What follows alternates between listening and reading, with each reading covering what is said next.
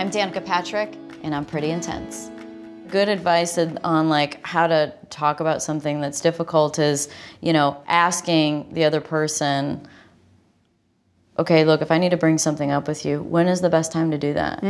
Because like, because it can be, you can be offended if they don't want to talk about it when they do, but maybe it's just not the right space. Yes. Right? Like, you know, I'm a morning person. So if I get up and want to address something and somebody's half asleep, not good timing, right? Or, you know, I can address something, get through it, AKA listen to me really quickly over here off to the side in a group. And then it's like, no, that's not the time or the place. So it can also be beneficial, I've heard, to like say, hey, so-and-so, what is the best time for us to go through things? Or what's the best way, or how to address them?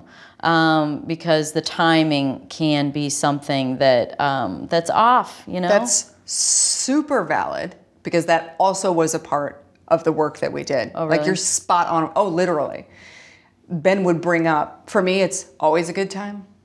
I can go deep at like any time. Like, let's go. That was actually for you? Yeah, for me. Yeah. At any time. Yeah. But for Ben, yeah, it's not. And he had to, she said, so how is this, and when are these conversations coming up? And kind of the morning, like I wake up and if I'm feeling something, it just comes right out. Yeah. And she, it's so transparent, I can't help it. Right, it just comes. And so she, you know, held that space and asked Ben, so for you, what is that? And what is kind of like a no time? And he said, before work, before we're both going into work. Like, I feel that we're in an energy of we're getting ready to hold space for other people and totally put our intention into other things. Yeah. And to actually navigate through this is not before work. And so, and it's that simple, but I was like, oh.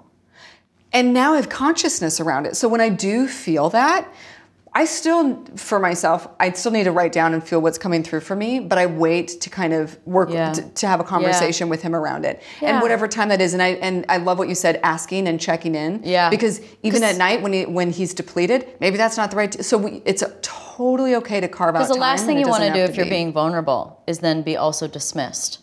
Or not seen again on an even, like, right? You're like, here I am, I'm kind of showing creates up. more of the disconnect. Even more disconnect, exactly, because you're like, holy shit, I'm gonna go there. I finally got the guts, or this is so important to me, I need to address it. Why isn't it, then we're projecting, why isn't it as important to you as it is to me, right?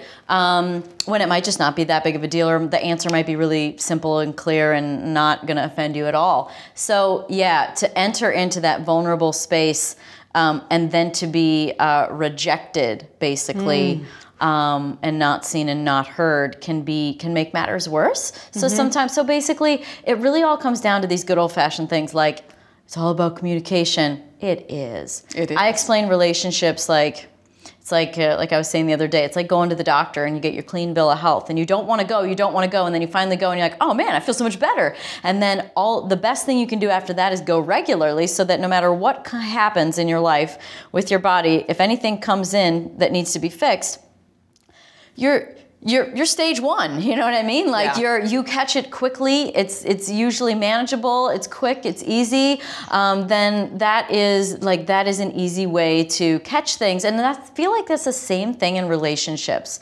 You have to, if you can catch things early enough and stop letting them build up and stop pushing them down until the point where it literally just becomes part of your personality. With your partner, then you will always keep the decks clear, and you'll always feel this energy of being on the same page. Like, I feel like you hear in relationships, they're like, I don't know, we're just out of sync right now. We're just not on the same page right now. It's because your energy, your vibration is off. Like, someone is mad, someone is offended, someone is sad, someone is not seen, someone is thinking negative thoughts, and so you don't feel like you're in sync and you're on the same page because you're vibrationally not.